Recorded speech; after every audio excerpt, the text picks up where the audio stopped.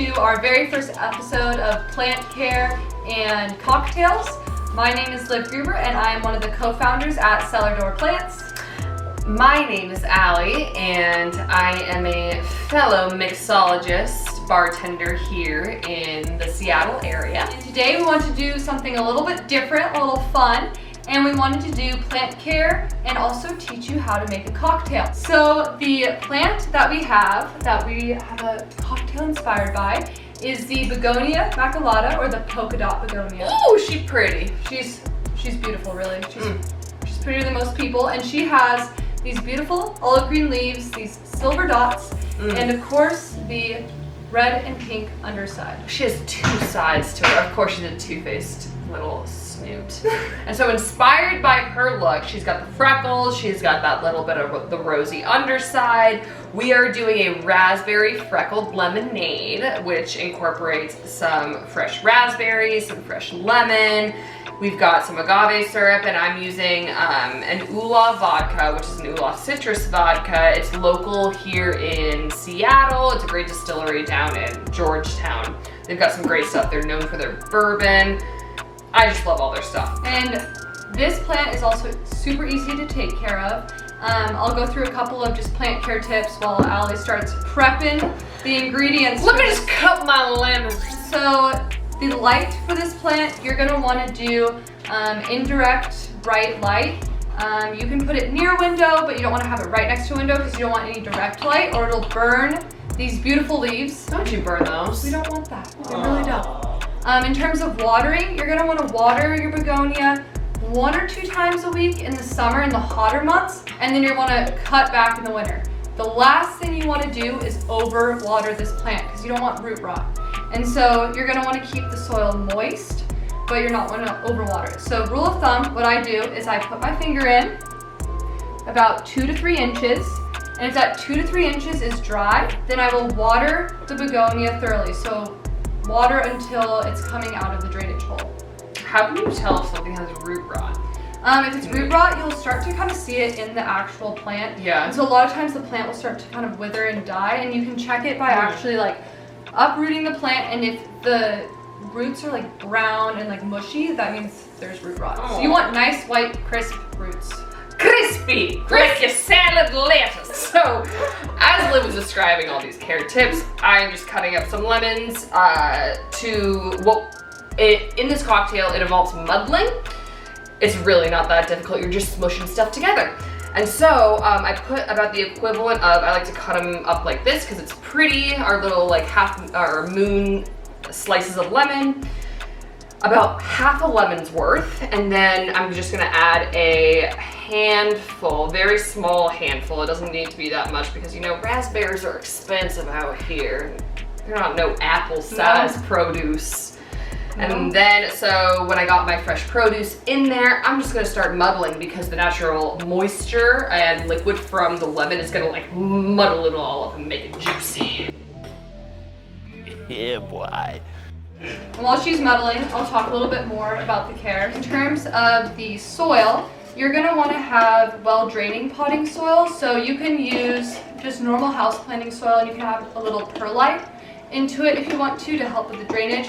What I used is just the Miracle-Gro moisture control soil, and that worked really well. It is working really well with this plant. In terms of fertilizing it, so you're gonna wanna fertilize this plant every 2 to 4 weeks in the spring and summer months. And you can just use a 10-10-10 fertilizer, and that has 3 of the special nutrients for this plant, which is potassium, nitrogen, and phosphorus. And that will make your begonia super happy and help with its growth because you put it in a pot without soil from the outside world, and so it needs the nutrients. So I just muddled and made like a nice little mash of our citrus, lemon, and raspberry. Now that that's done, I added just a cupful of ice. You can add as much ice as you like. The more ice, the better. Then I'm gonna go ahead and get our little alcohol measure. These little things are called jiggers, and so jiggers, they come two-sided. Exactly, you know, 10-10-10. jigger. It's like the dance. I feel like I should get like a Do an Irish Yoda. Do the Irish jigger. Perfect. And so I'm using the fat side of it because now I'm gonna go in with my citrus vodka, and you can really use any vodka. You already have the citrus in it. But I mean, why not splash it up? Oola has great stuff. So I'm gonna do 1.5 ounces, the big side. Just pour that in. Listen to that. Little more. And 1 shot of vodka. Lovely. And then I'm gonna come in with the agave sweetener. This recipe is so nice, and a lot of the cocktails that I use have this agave sweetener in it, because if you want it less sweet, you just add a little less. If you want it more sweet, add a little more. It's not rocket science over here, even though rocket science isn't that difficult. I'm just kidding. The other It's easier than caring for mini plants. Exactly. Except for that one. Okay. So now got that going. I'm gonna get my lid over here. Do a little mixy mix. Shaken away. And this is a super easy recipe to also make if we're serving to people who don't drink alcohol, if we're serving it to kids. You don't need to use alcohol. It's really easy to make a virgin version of this because not everyone needs liquor in their life. Which reminds me, a lot of people cannot drink alcohol or should not drink alcohol. Just like not everyone, including your pets, should be around certain plants. This plant is toxic to pets, so you're gonna wanna keep it in a high place or do whatever you need to keep it away from your cats, dogs, and little children. What happens if they eat it? This one, I think they'll just have some stomach issues, so they're not gonna die, but you also don't wanna be having a puking creature.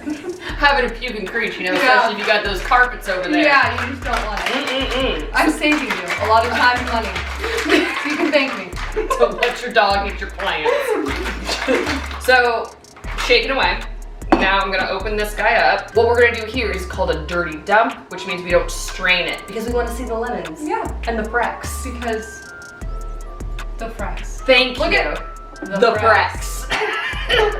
So I'm gonna go in here and I'm gonna be, not too bad so far. Oh. Okay. Wait. Looks like something you'd have on a vacation. Right. Okay. In bright and direct light. Look at under your cabana, bright and direct light, and you have a 10-10-10 ratio. Oh yeah, sunscreen.